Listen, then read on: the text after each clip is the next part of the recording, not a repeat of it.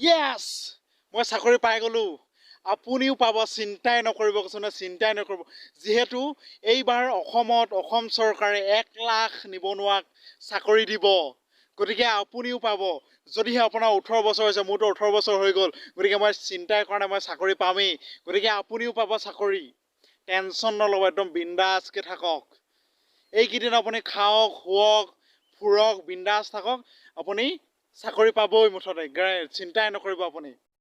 আপোনাৰ মনত সেই মেণ্টেলিটিটো সোমাই আছে, আপোনাৰ মনত সেই ধাৰণাটো সোমাই আছে, আপুনি তেনেকৈ ভাবি আছে।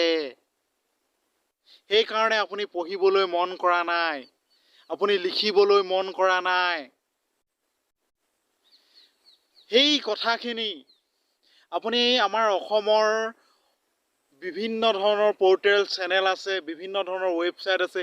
সেই ৱেবছাইটসকলে আপোনালোকক বাৰে বাৰে কৈ আছে যে 1,00,000 ল'ৰা ছোৱালীক চাকৰি দিব, য'ত কোনো ধৰণৰ এক্সাম নহয়, কোনো ধৰণৰ ইণ্টাৰভিউ নহয়, আপুনি চাকৰি পাব।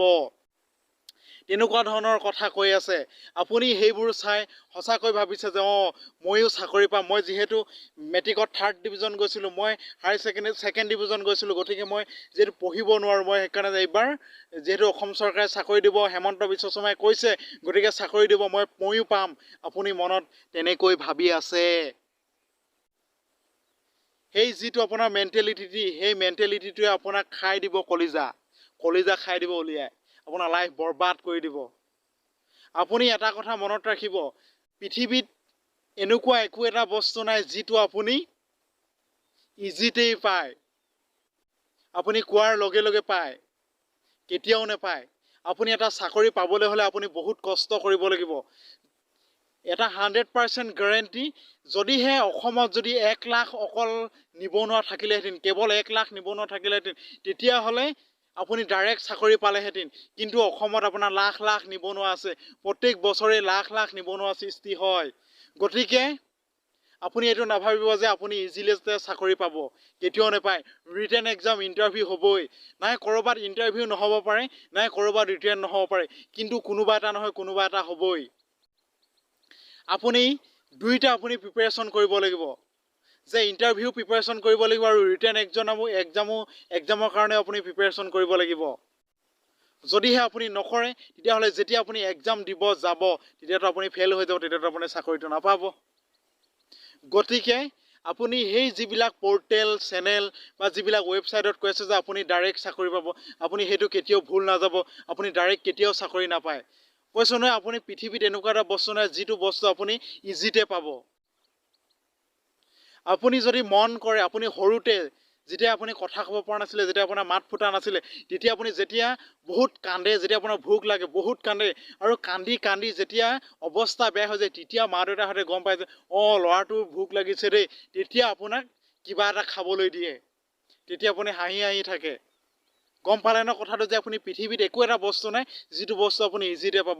গতিকে এতিয়া 1,00,000 ল'ৰা ছোৱালীক গণিহে চাকৰি দিব। হেমন্ত বিশ্ব শৰ্মা ডাঙৰীয়াই কৈছে যে গণি 1,00,000 ল'ৰা ছোৱালীক চাকৰি দিব। গতিকে আপুনি ভুল নাযাব, সেই পৰ্টেলত কি কৈছে কি নাই কোৱা, আপুনি সদায় মন কৰিব যে প্ৰকৃতিত আচলতে যিটো চলি আহিছে, সেই ছিষ্টেম মতেই আপুনি চাকৰি পাব। আপুনি কষ্ট কৰিবলৈ, এতিয়া যিসকল মানুহে চাকৰি কৰি আছে, সিহঁতি বহুত কষ্টৰ ফলতহে সিহঁতি চাকৰি পাইছে। গতিকে আপুনি সেই যিবিলাক পৰ্টেল বা যিবিলাক ৱেবছাইটত যিবোৰ কথা কৈ আছে যে আপুনি ডাইৰেক্ট চাকৰি পাব, আপুনি কেতিয়াও ডাইৰেক্ট চাকৰি নাপায়।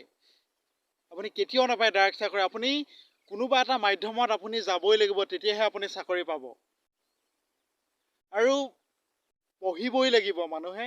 এতিয়া যিবোৰ আমাৰ অসমৰ যিবিলাক এতিয়া ফ্ৰেছাৰ্ছ আছে, সেই ফ্ৰেছাৰ্ছসকলে বিশেষকৈ বেছিকৈ এই কথাটো চিন্তা কৰে যে এইবাৰ যিহেতু অসম চৰকাৰে চাকৰি দিব, গতিকে আমি চাকৰি পামেই। ফ্ৰেছাৰ্ছসকলে তেনেকৈ ভাবে। গতিকে আপোনালোকে যদি একেবাৰতে এতিয়া যিহেতু যোনসকলে যোনবিলাক ল'ৰা ছোৱালীয়ে যোৱা বছৰ গ্ৰেজুৱেশ্যন পাছ কৰিলে বা ডিপ্ল'মা পাছ কৰিলে, সেই ফ্ৰেছাৰ্ছসকলক মই বিশেষকৈ এটা মেছেজ দিব বিচাৰিছোঁ যে আপোনালোকে সেই কথাবিলাকত ভুল নাযাব।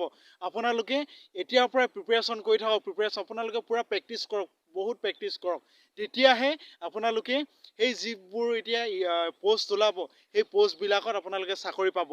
যদিহে চাকৰি কৰিম বুলি ভাবিছে, আপোনালোকে এই যিবিলাক পৰ্টেল যিবিলাক ৱেবছাইট যিবোৰ কথা কৈ আছে যে আপুনি কোনো ধৰণৰ ইণ্টাৰভিউ আপুনি ডাইৰেক্ট চাকৰি পাব, ইণ্টাৰভিউ নোলোৱাকৈ আপুনি চাকৰি পাব, সেই কথাবোৰত আপুনি ভুল নাযাব।